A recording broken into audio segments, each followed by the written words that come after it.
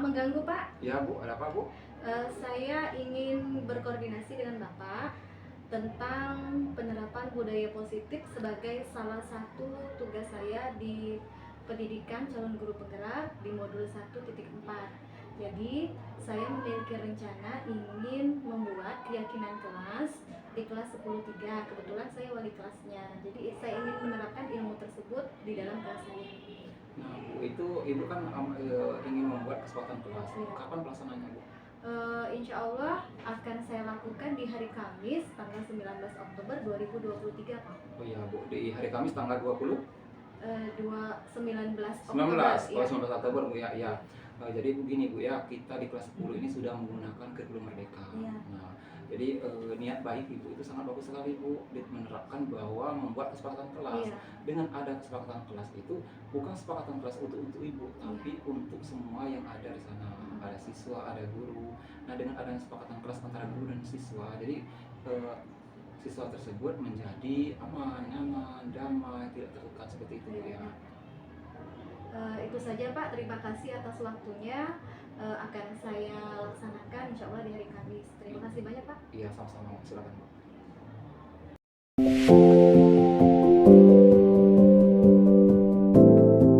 Bismillahirrahmanirrahim.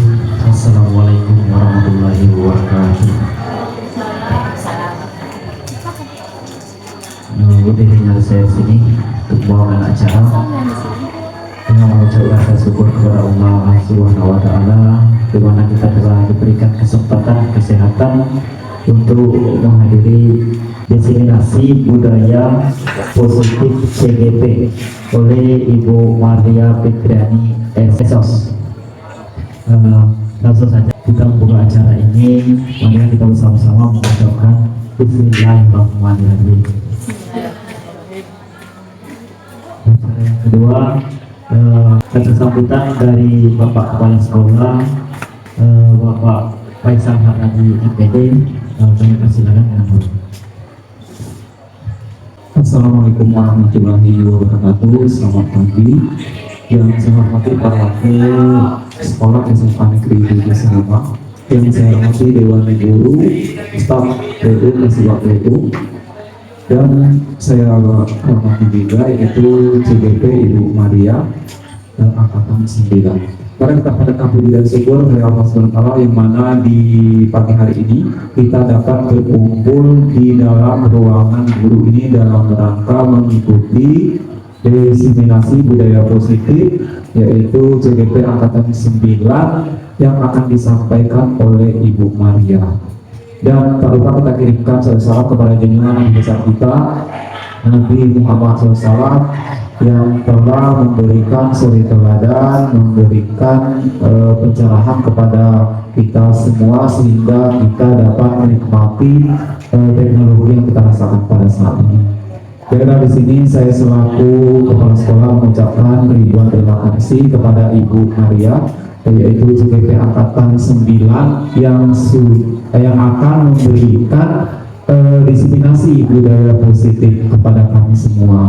Kami mengharapkan juga kepada Ibu Maria nanti memberikan pencerahan kepada kami semua, karena kami di sini ada juga kawan-kawan yang belum lulus atau belum mengikuti kegiatan program guru penggerak. Jadi dengan adanya hal ini kami nanti dapat ilmu pengetahuan tentang budaya positif, dan insya Allah kami akan melakukan budaya positif di sekolah ini. Mungkin itu saja sambutan dari saya. Wassalamualaikum warahmatullahi wabarakatuh. Yang kedua, acara yang ketiga ini acara inti akan disampaikan Ibu Maria Fitriani CGP Angkatan 9 dari SMA Negeri 7 Serempak. Ibu Maria. warahmatullahi wabarakatuh.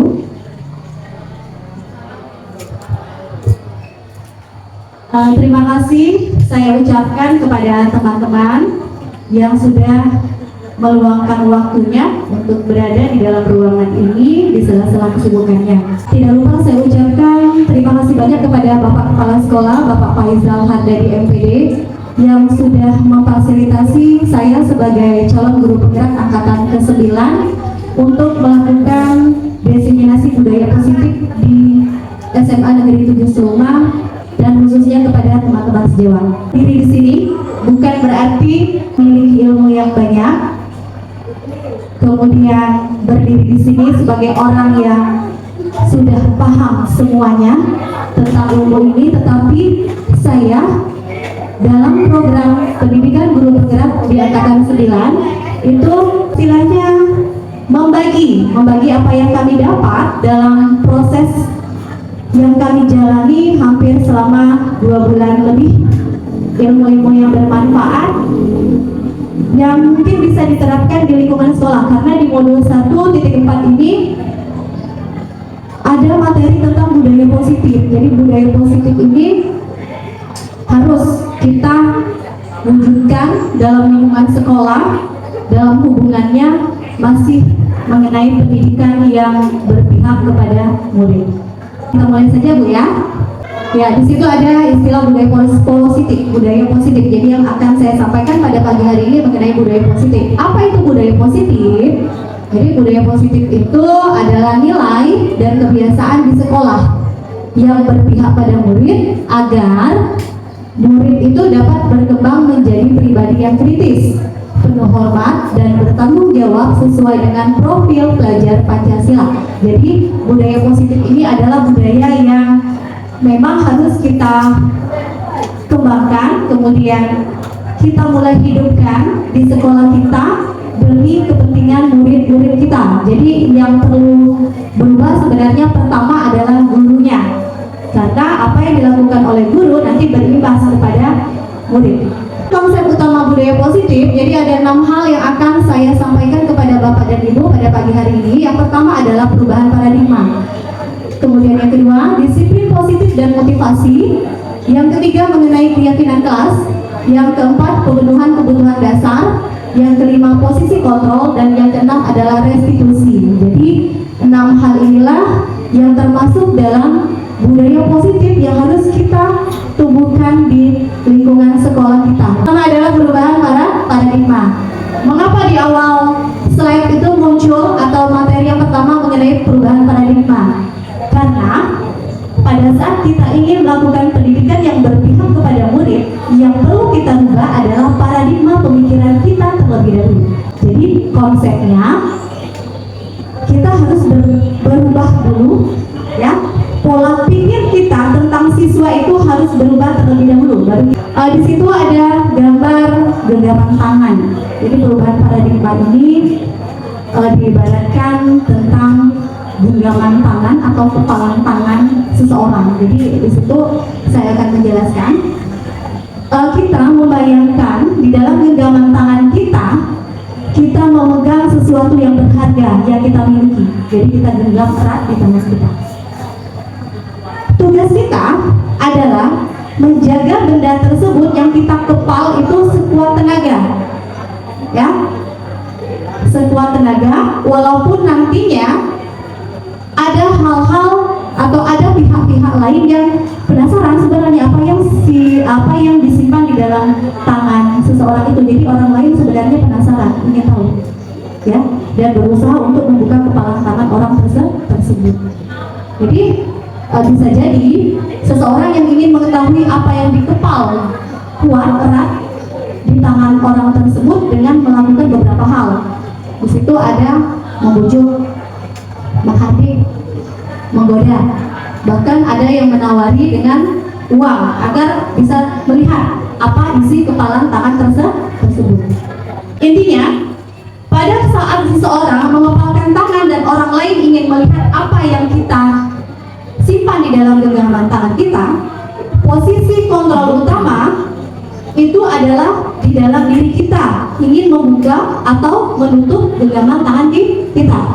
Artinya, kita sebagai seorang guru harus memahami bahwa siswa itu memiliki posisi kontrol.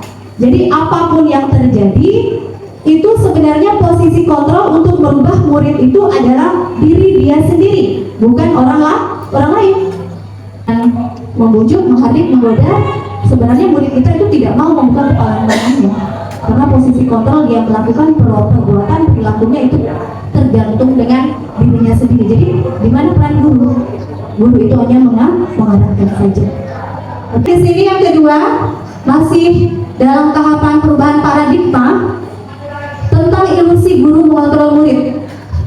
Menurut Dr. William Glasser dalam teori kontrol, jadi teori kontrol menurut Dr. William Glasser ini dibagi menjadi 4 ya. Jadi, guru bisa mengontrol murid. Nah, pada dasarnya kita sebagai guru tidak dapat memaksa murid untuk berbuat sesuatu jikalau murid tersebut memilih untuk tidak melakukannya.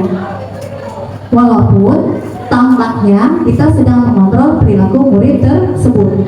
Hal ini terjadi karena murid itu kadang-kadang seolah-olah mengizinkan dirinya dikontrol, padahal tidak.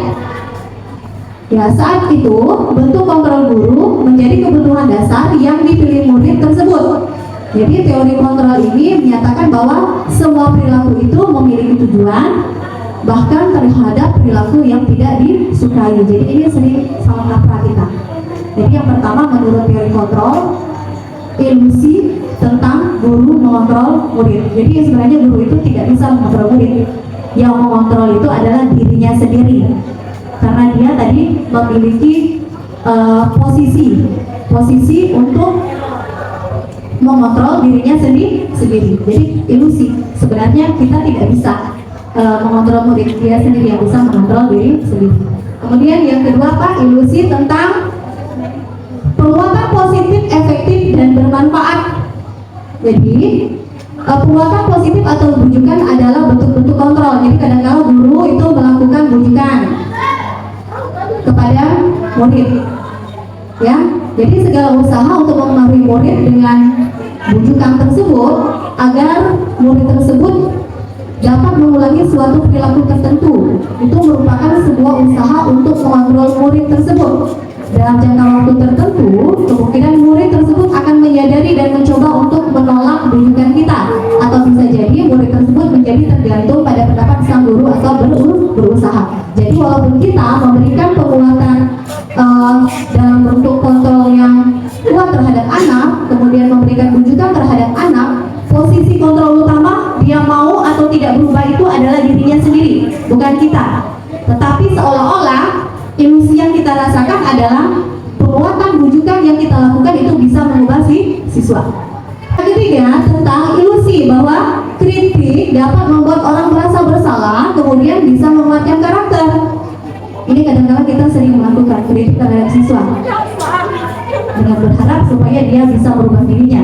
Dia berubah, tapi sebenarnya bukan kita yang berubah, karena dia memiliki posisi kontrol sendiri. Mau atau tidak dia diri, mau atau tidak dia berubah. Jadi tergantung dengan siswa itu sendiri. Jadi saya baca ilusi yang terakhir. Ilusi yang terakhir adalah orang dewasa itu memiliki hak untuk memaksa. Jadi orang dewasa di sini dimaksudkan guru, bisa juga orang dewasa yang berada di luar lingkungan sekolah. Jadi maksudnya seperti apa? Banyak orang dewasa yang percaya bahwa mereka memiliki tanggung jawab untuk membuat murid-murid berbuat hal-hal tertentu. Apapun yang dilakukan dapat diterima.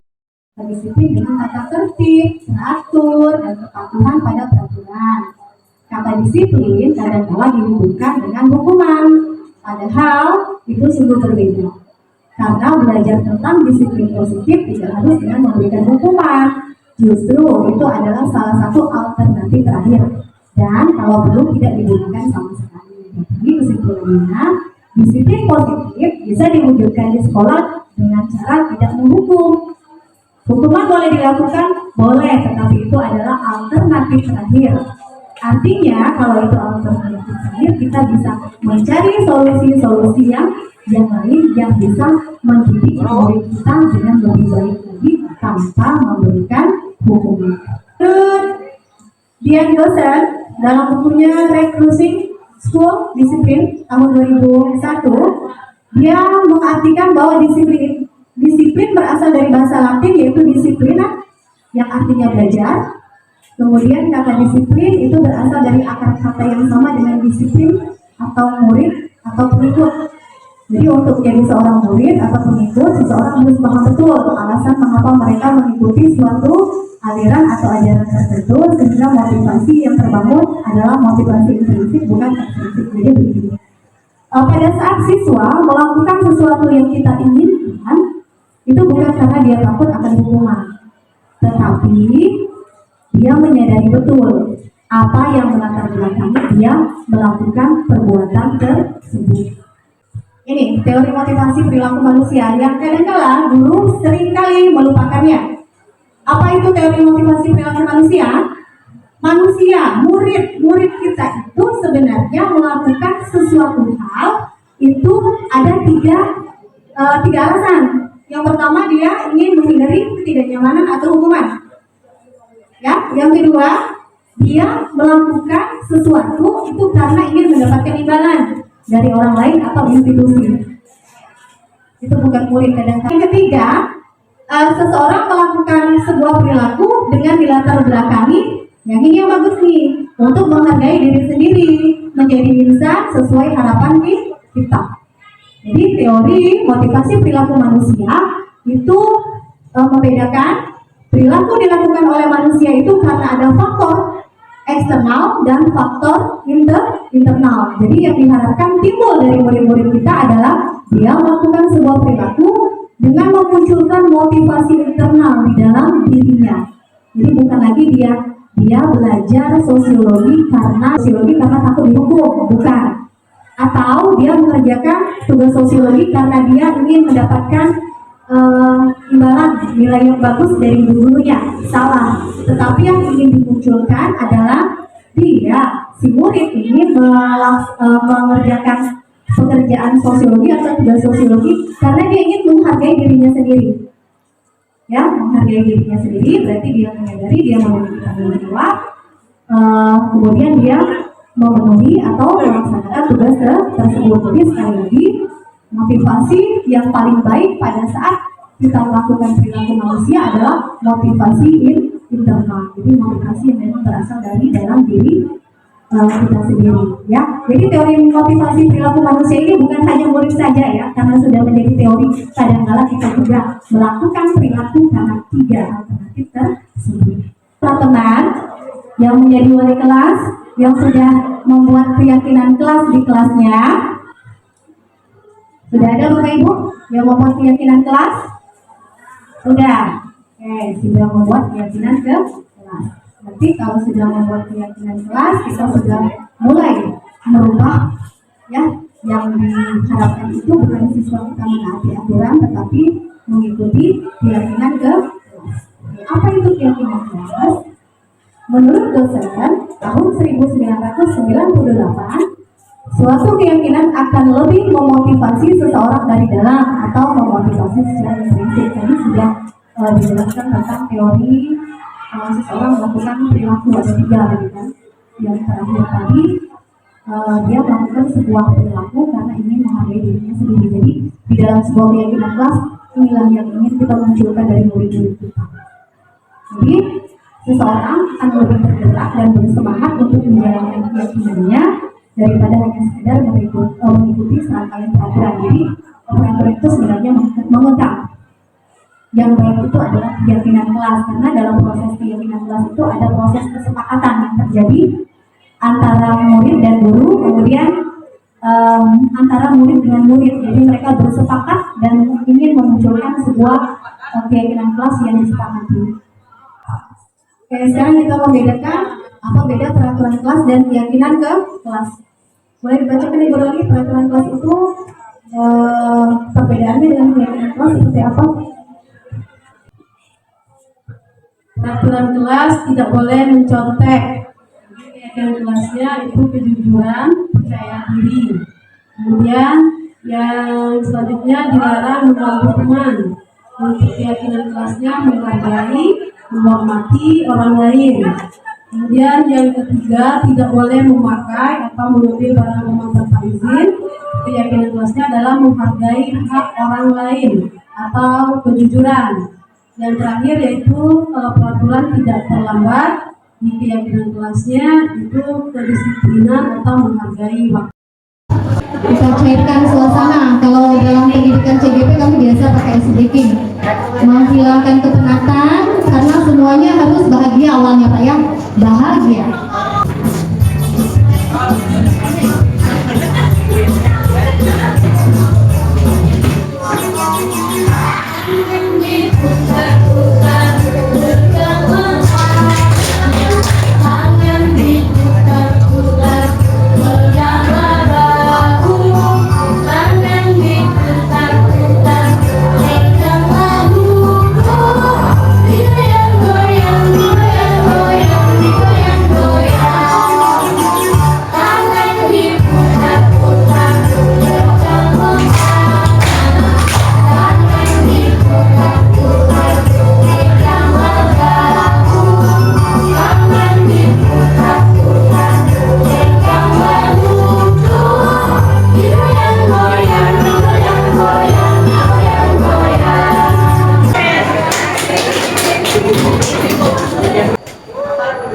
Terima kasih Bapak Ibu. Kita menunjukkan tangan. Jangan terlalu serius Bapak dan Ibu. Kita lanjut lagi. Ya, tentang keempat ya, pemenuhan kebutuhan dasar.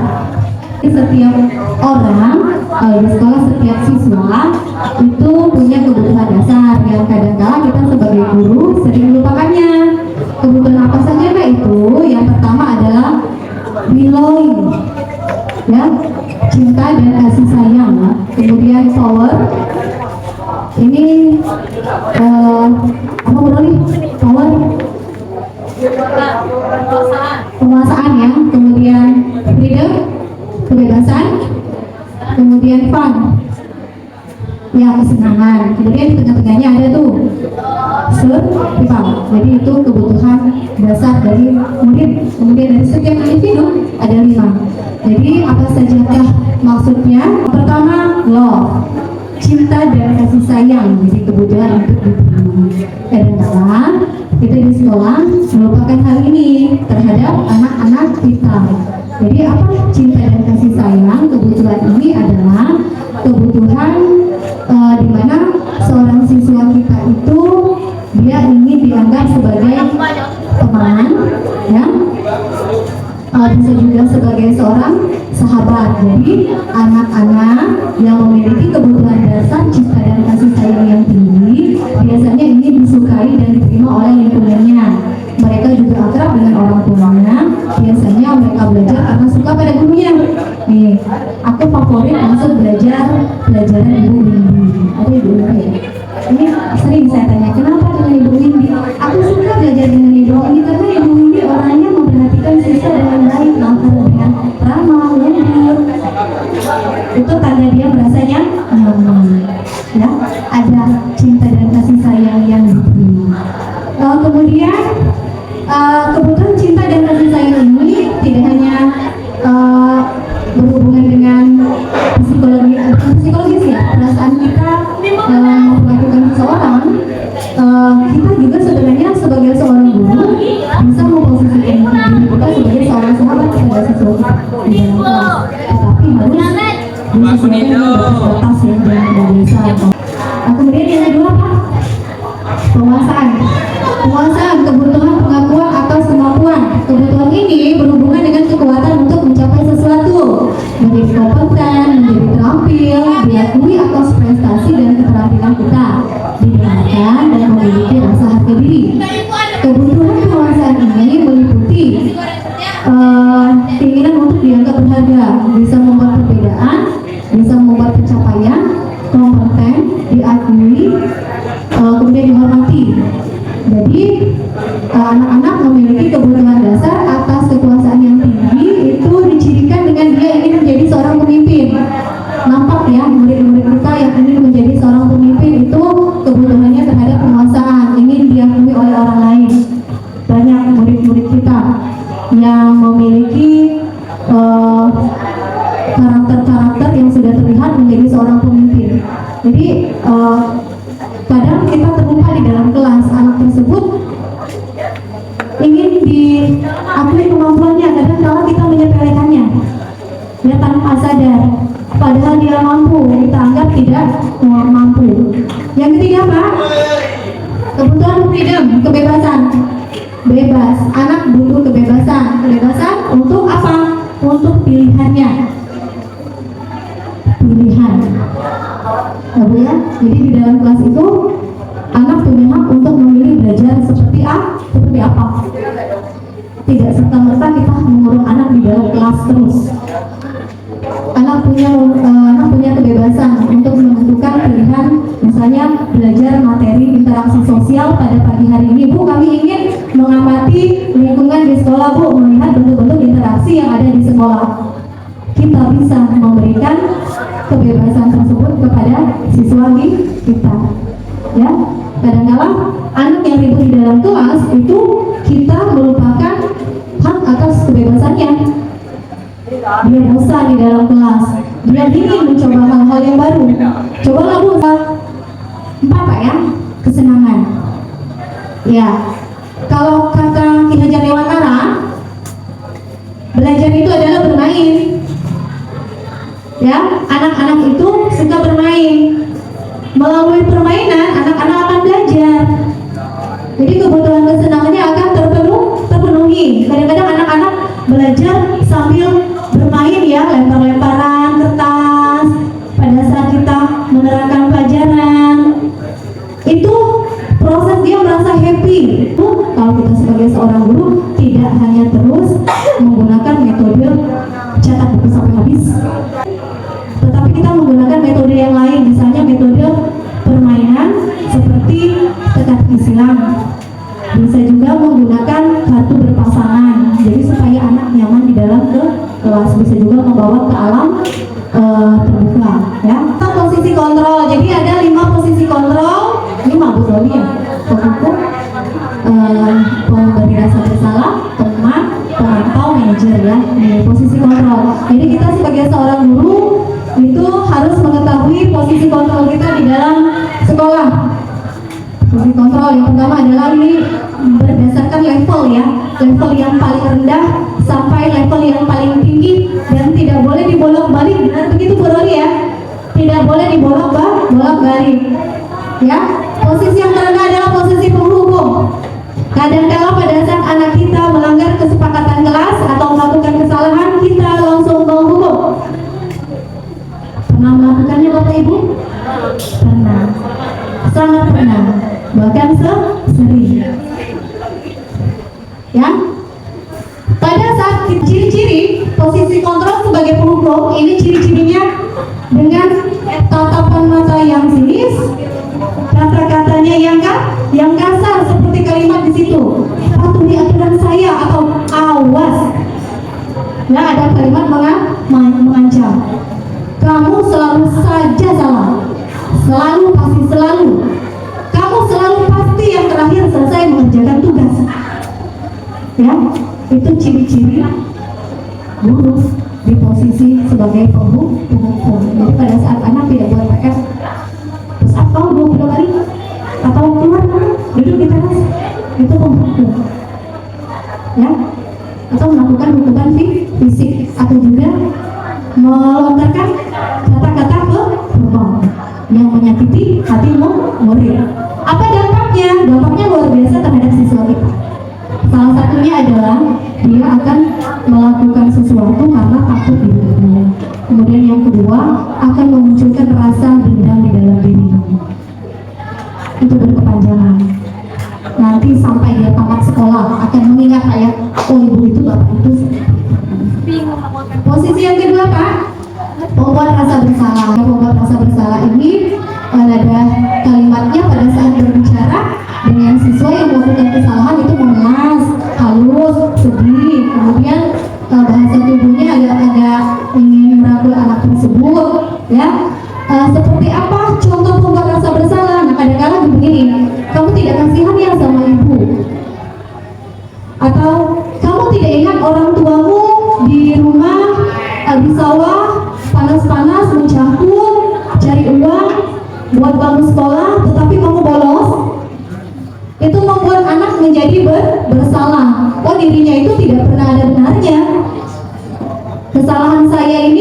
dihubung-hubungkan dengan orang tua saya.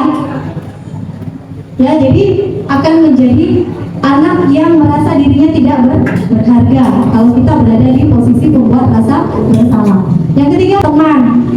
Ini posisi sebagai teman ya, apalagi kalau guru-gurunya memiliki umur yang masih muda ya, dianggap sebaya dengan murid. Ini seringnya saya lihat, terlambat lagi kau hari ini, cepatlah masuk, tenang aja, nanti urusan absen beres. Ya, sering Pak ya, masuk, aman. Tapi jangan lagi ya, besok terlambat. Nah, itu posisi sebagai teman. Baik kan? Sebenarnya tidak baik. Kenapa? Muridnya itu akan nurut sama ibu dan bapak itu saja, yang lain tidak. Aku CS dengan ibu itu, aman dengan ibu itu, ya. Jadi dengan guru yang lain tidak. Jadi dia merasa manja, segala sesuatu yang dia lakukan itu ada harapan terselesaikan dengan guru atau bapak itu. Nah, ini kalau sebagai pemantau hanya mengawasi. Jadi kalau mengawasi ini posisinya pada saat anak melakukan kesalahan, dia hanya menanyakan, ingat kan peraturan kita hari ini tentang menggunakan sepatu putih? Ingat Bu? Oke, kalau ingat, kamu sudah? Ya Bu, saya sudah melakukan kesalahan, hari ini saya menggunakan sepatu putih, padahal bukan jadwalnya. Jadi kamu harus bagaimana? Saya harus, misalnya, saya harus melepas sepatu saya Bu, dan saya letakkan di bawah meja Ibu. Ya, Ibu catat ya. Jadi besok jangan diulangi lagi ya. Ini sebagai pemantau. Jadi kita tidak perlu marah-marah kepada anak di posisi pemantau. Jadi kita hanya mengawasi saja karena anak sudah tahu konsekuensinya. Yang terakhir, inilah yang paling baik ya, manajer. 5 Pak ya, 5 posisi kontrol itu 6. 5 ini posisi manajer. Posisi manajer ini posisi anak itu sudah memang benar-benar tahu keyakinan kelas yang harus dia lakukan. Ya. Kemudian posisi manajer ini gurunya sudah mulai, kalau anaknya melanggar keyakinan dia sudah menerapkan proses restitusi ya Bu ya. Ya, di sini sudah tercermin ya di posisi manajer. Jadi pada saat anak melakukan kesalahan tidak serta-merta kamu terlambat karena push up, tidak, tetapi anak ditanya, kenapa kamu terlambat? Kita dengarkan alasan anak itu. Oke. Kemudian kita stabilkan identitasnya. Pada saat anak mengakui kesalahannya, kita tidak boleh membuat dia menjadi lebih rendah, tetapi kita stabilkan identitasnya. Oke ya. Setiap orang kadang-kala pernah melakukan kesalahan. Ayo kita perbaiki bersama-sama. Bagaimana caranya Ibu? Caranya mudah. Caranya kamu punya masalah itu didengerin. Bagaimana cara kamu bisa mencari solusi dari masalah kamu tersebut. Jadi solusi dari permasalahan itu munculnya dari siswa itu, bukan dari guru. Oke, kalau dia sudah menemukan masalah atau solusinya, dari penyelesaian masalahnya, ibu gurunya cuma mengingatkan, baik, kamu sudah mengakui kesalahan kamu, sudah memperoleh solusinya, kemudian keyakinan kelas apa yang sudah kamu langgar hari ini, anak tersebut diingatkan kembali dan diberikan kesempatan untuk memperbaiki dan memperkuat karakternya tersebut. Ini di posisi manajemen tadi, Bapak dan Ibu guru. Posisi yang paling bagus adalah posisi manajer. Kalau untuk posisi pembuku dengan pembuat rasa bersalah itu di level yang paling rendah. Ya, kami bersama Ibu Roli mau mempraktekkan proses restitusi, tetapi rencananya di komunitas praktisi yang sudah kami bentuk.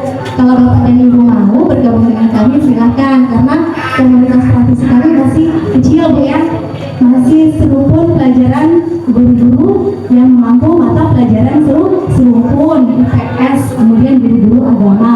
Jadi pada saat pertemuan berikutnya kami mau menerapkan restitusi dulu. Bagaimana proses restitusi? Restitusi itu apa? Jadi restitusi itu adalah proses menciptakan kondisi bagi murid untuk memperbaiki kesalahan mereka sehingga mereka bisa kembali pada kelompok mereka dengan karakter yang lebih kuat. Jadi bukan dibuat anak tersebut merasa bersalah, tidak, tapi anak itu dibuat menjadi lebih kuat karakternya. Dia salah, oke, saya punya solusi, saya berubah, saya akan melakukan hal yang terbaik untuk saya. Kemudian restitusi itu adalah proses kolaboratif, kerjasama antara guru dengan murid. Kerjasamanya seperti apa? Kita seorang guru itu memperlakukan murid seperti orang dewasa, jadi dia bisa berpikir sendiri untuk menuntun keluar dari masalah yang dihadapi. Oke. Ini ciri-ciri restitusi, Pak ya. Restitusi itu ciri-cirinya bukan untuk menebus kesalahan, tetapi untuk belajar dari kesalahan. Kalau sudah salah, dia belajar. Oh, besok saya tidak mau lagi melanggar, karena nilai keyakinan yang saya langgar adalah nilai kedisiplinan. Kemudian restitusi itu memperbaiki hubungan, ya. Kemudian restitusi itu adalah tawaran, bukan paksaan. Kita tidak boleh memaksa. Selama ini kita memaksa, Pak ya. Solusinya adalah anak yang menawarkan solusi. Kita tidak bisa memaksa. Kemudian restitusi menuntut untuk melihat ke dalam diri. Jadi benar, dalam proses restitusi itu ada kebutuhan-kebutuhan dasar anak yang membuat mereka melakukan kesalahan yang tidak terpenuhi.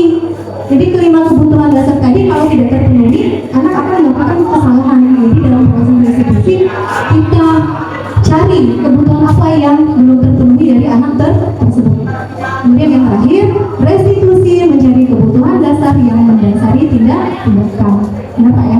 Jadi kebutuhan dasar anak itu ada dan kita harus memperhatikannya. Bukan semata-mata guru yang punya kebutuhan buat mengajar, siswa juga punya kebutuhan. Ciri-ciri restitusi. 1. Restitusi diri adalah cara yang paling baik. Kemudian restitusi berfokus pada karakter bukan tindakan. Restitusi itu menguatkan. Restitusi fokus pada solusi. Dan yang terakhir, restitusi mengembalikan murid yang berbuat salah pada kelompoknya.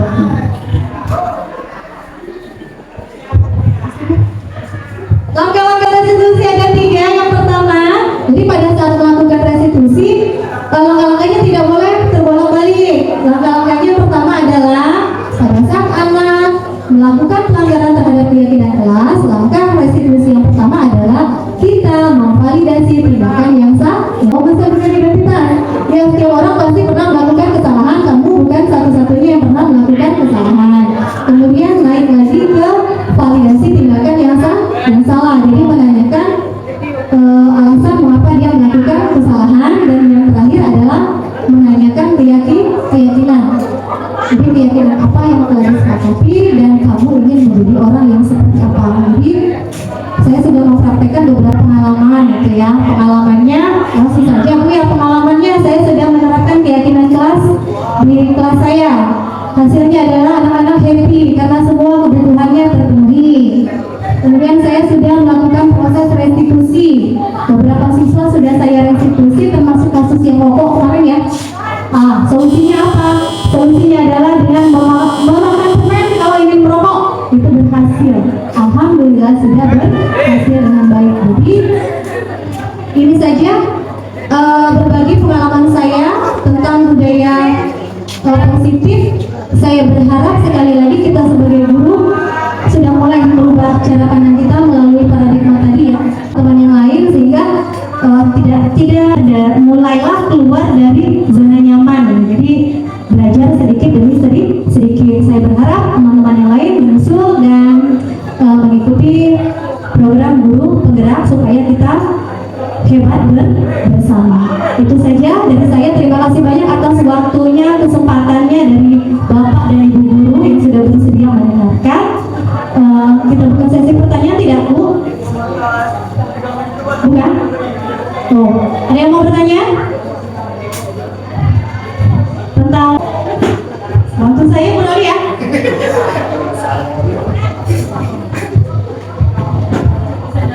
Terima kasih kepada Ibu Maria yang sudah menyampaikan destinasi budaya positif dengan kami.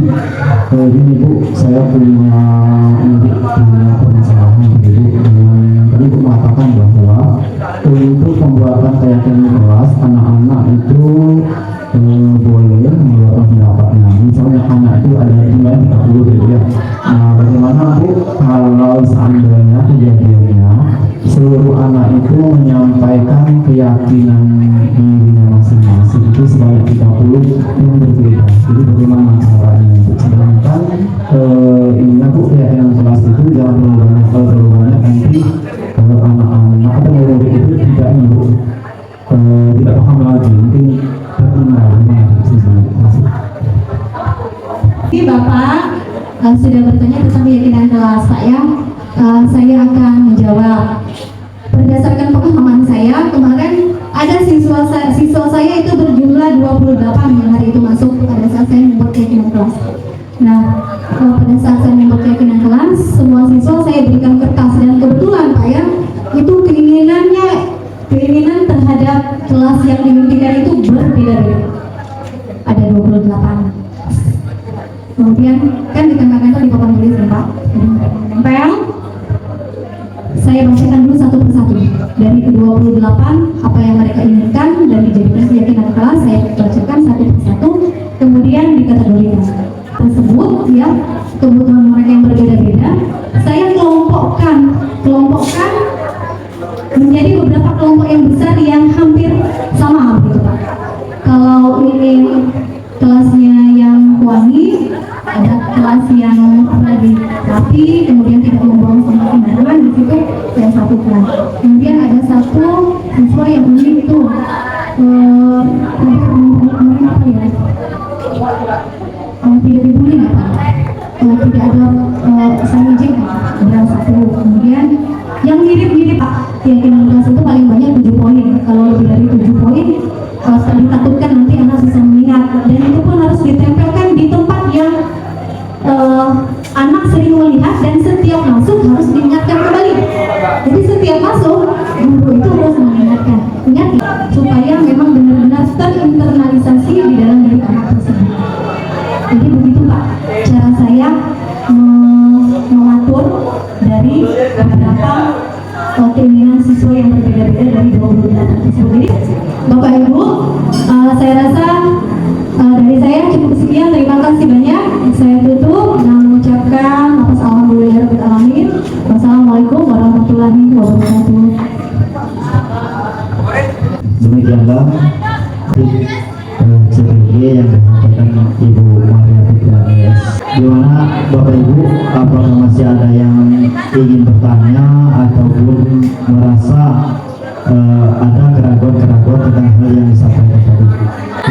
Cukup. Jadi kalau sudah cukup, saya simpulkan dari hasil penyampaian materi Ibu Maria Fitria tadi, berarti kita itu harus mengutamakan anak atau kita memberikan keyakinan yang berdampak positif kepada anak. Itu kalau menurut saya yang dapat saya simpulkan. Di penghujung acara, yaitu acara penutup, marilah kita bersama-sama mengucapkan lafaz alhamdulillah.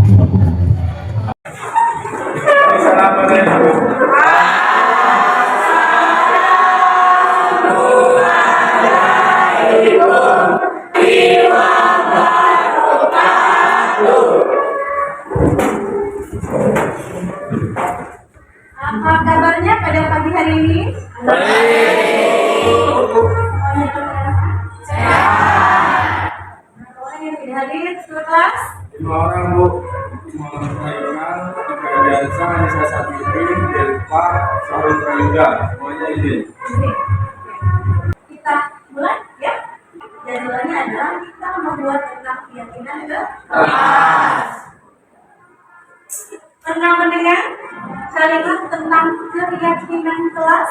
Pernah ya, sering melihat di media sosial ya, banyak tentang keyakinan kelas, istilah mengenai keyakinan kelas. Jadi hari ini karena kelas kita belum memiliki keyakinan yang harus kita lakukan ya pada saat kita bergaul di dalam kelas, sehingga bisa membuat kelas kita itu menjadi nyaman, kemudian tertib dan aman. Ibu jelaskan sedikit mengenai keyakinan kelas. Jadi keyakinan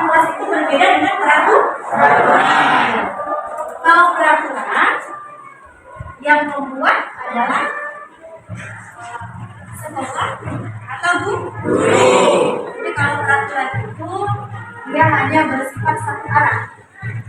Yang membuat itu adalah guru, kalian sebagai murid hanya melaksanakan dan menjalankan, sehingga terkesan seperti terpaksa. Benar nggak? Oke. Hari ini kita akan merumuskan peraturan tentang kelas yang kita inginkan, tetapi dalam bentuk keyakinan ke kelas. Apa itu keyakinan kelas? Keyakinan kelas itu adalah nilai-nilai kebajikan yang bersifat universal yang harus kalian junjung tinggi dimanapun kalian berada. Karena ini menyangkut tentang keyakinan kelas sebelumnya, artinya nilai-nilai kebajikan yang bersifat universal tersebut harus kalian junjung tinggi pada saat kalian melakukan interaksi di dalam kelas. Apa tujuannya? Tujuannya supaya kelas kita ini menjadi aman pada saat kita melakukan interaksi. Dalam proses pembelajaran dia akan berjalan tertib, kemudian tidak ada kepentingan pribadi yang merasa terusik atau terganggu. Mulai ya. Oke, ibu ingatkan lagi. Kalau di keyakinan kelas, yang membuat keyakinan itu adalah hasil kesepakatan kita bersama. Dan keyakinan yang kita buat itu mengandung nilai-nilai kebajikan. Apa saja contoh nilai kebajikan? Misalnya toleransi, kepedulian, jujur, kebersihan, banyak lagi ya nilai-nilai kebajikan yang bersifat universal. Ada pertanyaan sebelum kita memulai tentang keyakinan kelas kita? Ya? Sudah paham? Oke. Ibu akan membagikan tas ya ke kalian. Jadi kertas ini akan ibu bagikan satu orang satu ya, orang satu, dan masing-masing dari kalian harus menuliskan apa yang menjadi impian kalian di dalam kelas ini, dan nanti akan kita ubah menjadi sebuah keyakinan ke kelas. Kalian boleh menuliskan apa saja sesuai dengan apa yang kalian butuhkan, karena kebutuhan kita berbeda-beda. Contohnya kalau ibu ya, kelas impian saya adalah kelas yang bersih, ya. Atau kelas impian saya tuliskan di dalam kertas ini adalah kelas yang saling menghargai satu sama lain. Oke, bisa kita mulai ya. Sampai kita bagikan.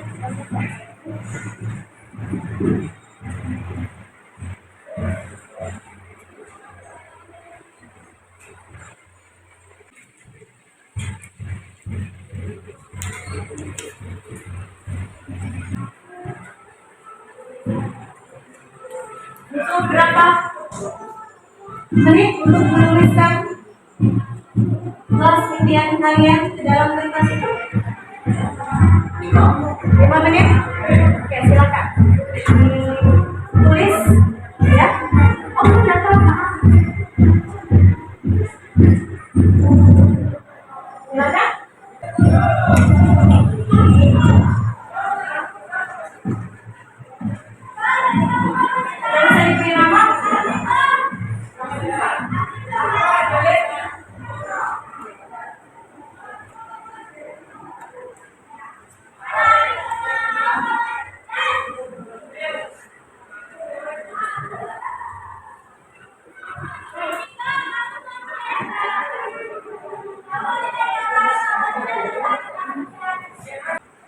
Kalau ada yang sudah menuliskan, boleh menempelkan di papan tulis di depan.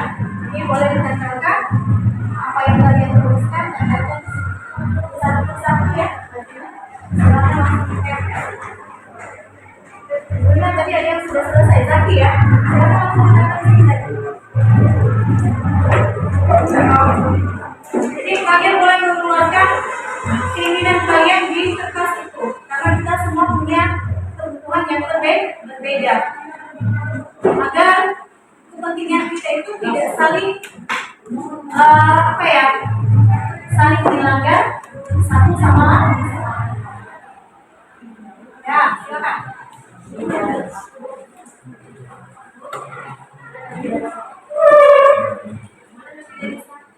Kita punya kesepakatan hanya satu ya, cuma satu saja yang kalian anggap paling penting. Katakan yang rapi ya.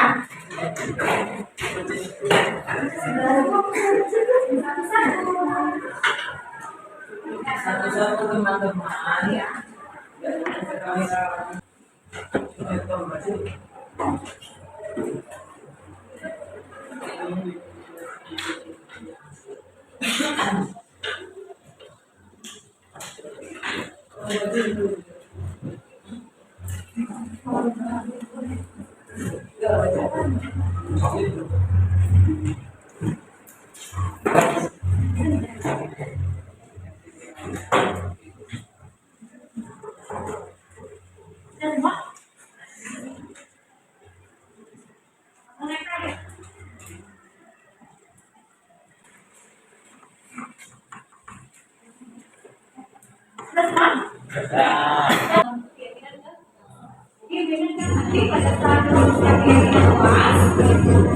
Keyakinan kelas itu tidak boleh banyak ya.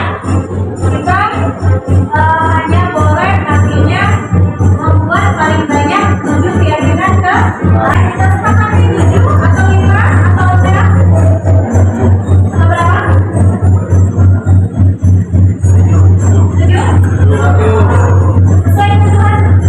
Kalau misalnya nanti untuk 7 ya, misalnya 5. Oke. Ibu akan membacakan masing-masing dari apa yang kalian inginkan di dalam kelas kita. Yang pertama, menginginkan kelas yang bersih, indah, dan nyaman. Dan saya ingin semua murid menjaga kebersihan, tidak membuang sampah sembarangan dan tepat ya. Ngomong ya tentang kebersihan. Bekerja sama dalam melakukan kegiatan kelas dan saling menghargai satu sama lain. Lanjut, kelas impian saya adalah bersemangat untuk belajar. Kelas harus bersih supaya enak dilihat, benar? Ya.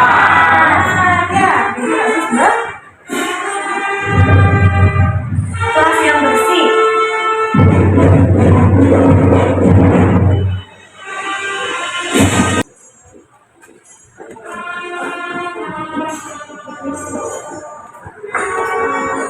Kemudian saling menghargai sesama teman. Sama di sini ya. Saling menghargai satu sama lain. Menghargai dulu. Bukan perlu dihargai. Selalu. Ya. Disiplin dan punya aset. Semoga terwujud ya. Ini kelas yang bersih dan indah. Menjaga kebersihan kelas lagi. Kelas yang rapi. Oke, ini ya. Kelas selalu bersih, buang sampah pada tempatnya dan saling nih. Kemudian kelas yang bersih, kompak, saling membantu satu sama lain. Apakah kelas ini yang kompak? Ini kebutuhan yang harus dipenuhi. Kekompakan ya. Kekompakan.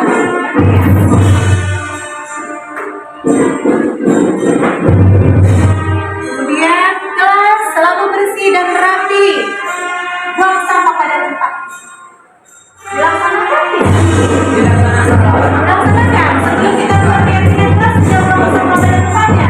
Sudah. Udah ada berapa kelompok di sini? 1, 2, 3. Nah, sudah. Adakah di antara kalian yang mau membantu ibu menuliskan rumusan keyakinan kelas yang pertama? Silakan, Ines. Kita sediakan itu ya. Mau berikut langsung ke ibu.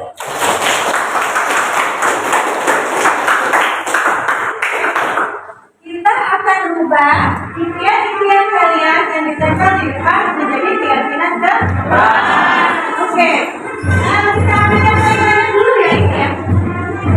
Bacakan ya. Nanti kita simpulkan ya. Impian kalian yang pertama ini kelasnya bersih. Kemudian bersih. Lautnya oke.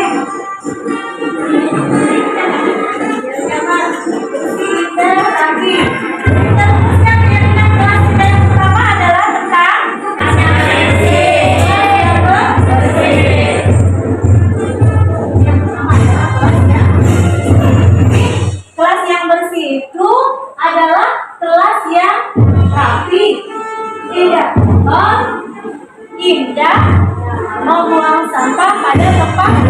Nah, ini merupakan impian kalian di keyakinan kelas yang pertama. Yang mana dulu nih? Ini apa ini?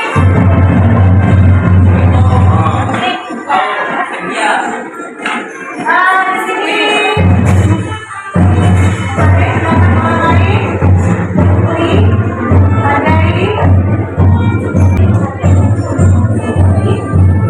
Yang kelas itu adalah saling menghargai. Oke, dituliskan. Saling menghargai itu perwujudannya yang seperti apa? Saling menghargai di dalam kelas kita. Tidak membuli. Tidak membuli. Kemudian menghargai.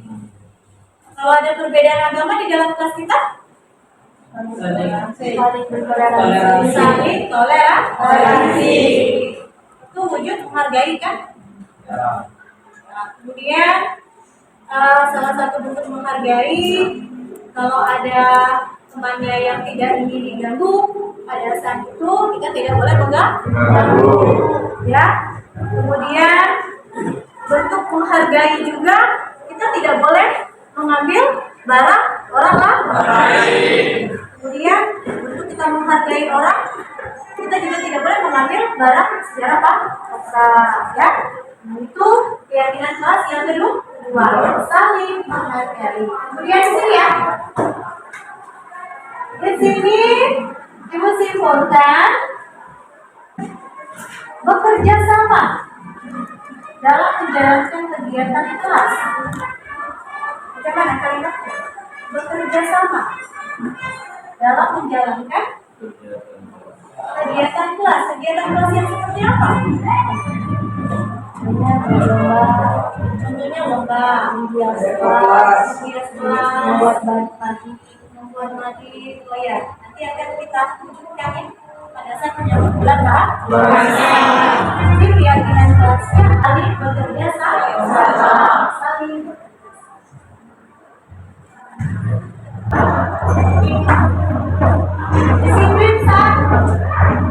disiplin saat dalam pelajaran. Disiplin saat dalam pelajaran. Maksudnya gimana? Tidak lambat. Ya. Tepat waktu, mengumpulkan tugas. Disiplin waktu. Ada? Disiplin waktu ya. Oke, disiplin waktu. Jadi disiplin waktu itu masuk tepat waktu, pulang juga sesuai dengan jam, mengumpulkan pekerjaan rumah atau tugas juga tepat waktu. Masa orang nih yang memimpikan, gimana kita buatkan kesepakatannya? Rapi dalam berpakaian. Buat. Rapi dalam berpakaian. berpakaian yang rapi. Berpakaian yang rapi itu seperti apa? Oh, ini di luar gimana?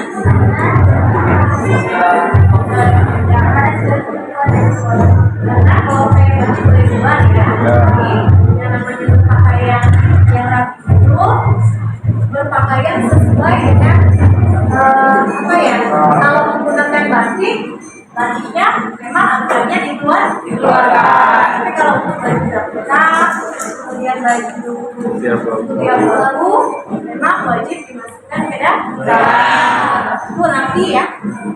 Kemudian rapi itu cerminannya juga kalau yang perempuan menggunakan jilbab yang benar ya, tidak panjang sebelah. Ya, itu namanya rapi. Kemudian yang laki-laki rambutnya juga harus rapi. Kalau ke sekolah semuanya rapi, jadi dimensi rapi itu banyak. Pakaian, kemudian rambut, kunci. Oke, bisa disepakati? Bisa. Kita yang keempat? Bisa. Berarti tentang berpakaian yang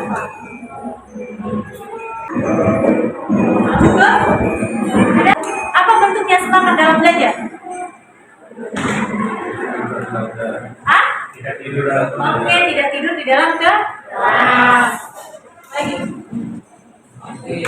Aktif di dalam kelas. Aktif bertanya. Aktif menjawab pertanyaan dari guru. Oke, yang ini bisa dijadikan kesepakatan keyakinan kelas kita ya. Jadi kalimatnya adalah semangat dalam belajar.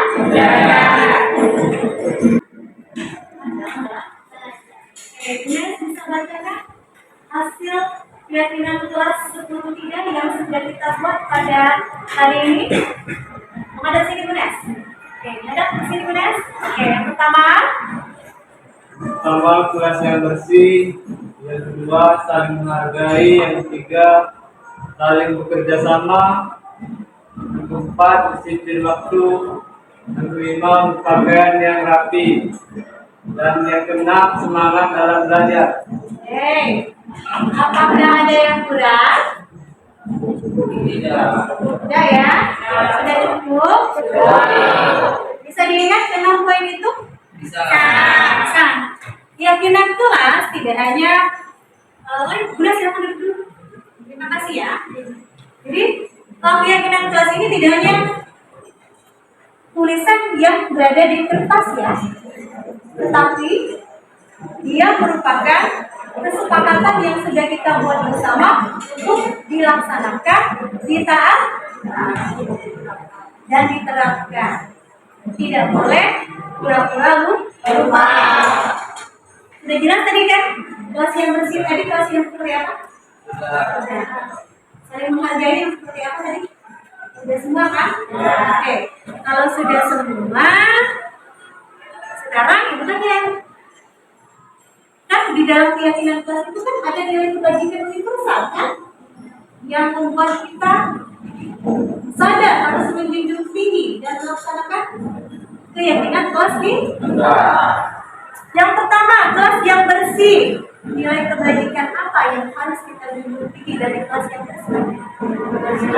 Nilai kebersih. Yang kedua, saling menghargai. Nilai kebajikan apa yang harus kita junjung tinggi? Saling menghargai. Nilai kepedulian antar sesama. Oke, bisa ya. Yang ketiga, saling bekerja sama. Nilai apa? Nilai kebajikan apa yang kita junjung tinggi dari keyakinan kelas kita yang ketiga? Saling bekerja sama. Nilai kebersamaan. Oke, yang keempat, disiplin waktu. Nilai apa? Disiplin. Ya. Tapi di sini kalian tadi sudah menyepakati tentang disiplin waktu. Kemudian yang kelima, berpakaian yang rapi. Nilai keyakinannya nilai berpakaian. Nilai rapi, keramaian ya. Kemudian yang keenam, semangat dalam belajar. Keyakinan kelas apa yang dijunjung tinggi? Nilai berkompetensi ya, bersaing ya. Oke, inilah hasil yang kita peroleh dari kelas-kelas impian kalian kepada kelas yang kita idam-idamkan di kelas 10 sih. Ya, jadi harapan ibu dengan adanya keyakinan kelas ini akan membuat kita lebih semangat lagi dalam belajar karena semua kebutuhan kita sudah terlindungi di dalam keyakinan kelas ini. Oke, ada pertanyaan tentang keyakinan kelas kita? Tidak.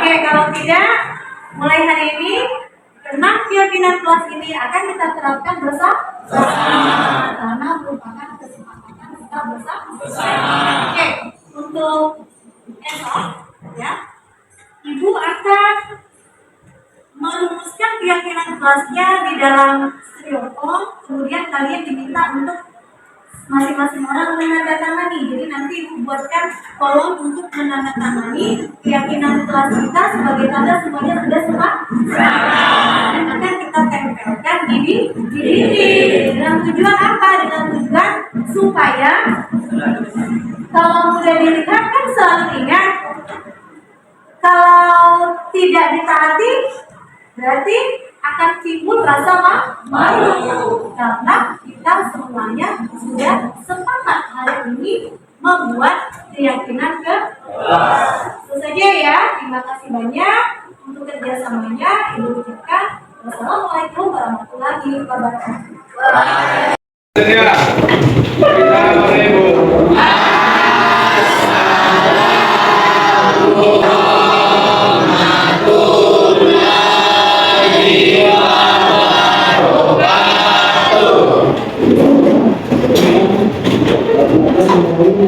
Assalamualaikum warahmatullahi wabarakatuh.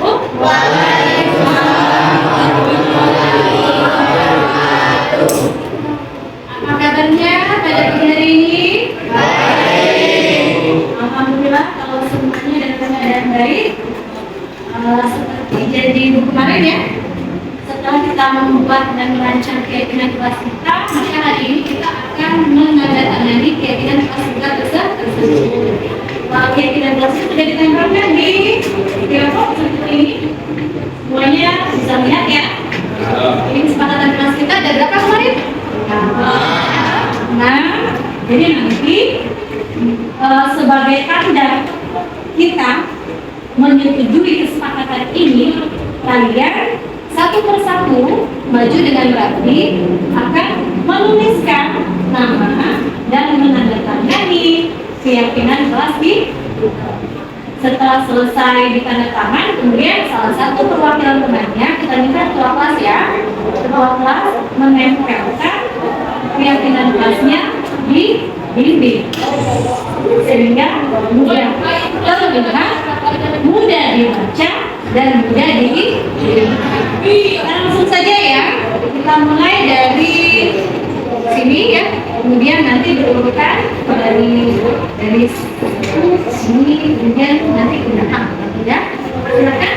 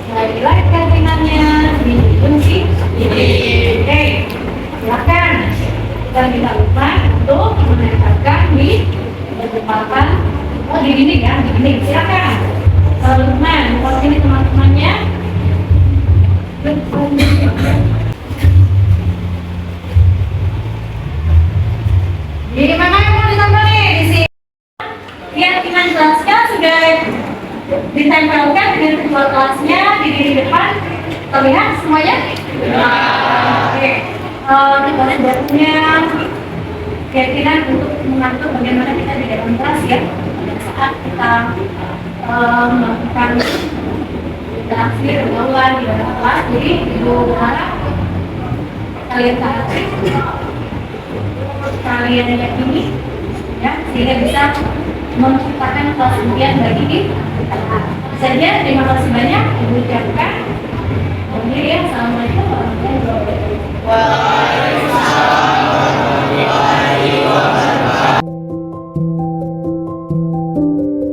Assalamualaikum warahmatullahi wabarakatuh. Perkenalkan, saya Ibu Roli Minarti, guru pendidikan agama Islam di SMA Negeri 7 Seluma, ingin menyampaikan setelah saya mengikuti diseminasi yang disampaikan oleh Ibu Maria Fitriani, maka saya dapat memahami bahwa sebagai guru itu harus mengetahui kebutuhan-kebutuhan dasar siswa-siswanya agar mereka dapat belajar dengan baik. Nah, kemudian saya juga dapat memahami bahwa seorang guru itu dalam menghadapi kasus atau perilaku yang negatif terhadap siswa, maka seorang guru hendaknya memposisikan dirinya sebagai manajer. Karena posisi manajer ini adalah cara yang terbaik dan guru beserta murid itu mencari solusi yang terbaik. Demikianlah yang ingin saya sampaikan. Terima kasih Bu Maria Fitriani yang telah berbagi kepada kami. Semoga apa yang telah Ibu Maria Fitriani sampaikan dapat bermanfaat bagi kami, dan untuk Ibu Maria Fitriani semoga lancar dalam mengikuti CGP-nya dan tetap semangat. Terima kasih. Wassalamualaikum warahmatullahi wabarakatuh. Assalamualaikum warahmatullahi wabarakatuh. Perkenalkan, nama saya Silya Ayu Pratiwi dari kelas 10-3. Setelah kami membuat keyakinan kelas di kelas 10-3, saya merasa kelas lebih aman dan tertib. Di dalam keyakinan kelas, saya menyadari bahwa terdapat nilai-nilai keyakinan universal yang harus dijunjung tinggi pada saat melakukan interaksi di dalam kelas. Keyakinan kelas ini akan dilaksanakan setiap hari. Begitulah deskripsi saya mengenai keyakinan kelas. Saya akhiri, wabillahi taufiq wal hidayah. Wassalamualaikum warahmatullahi wabarakatuh. Terima kasih.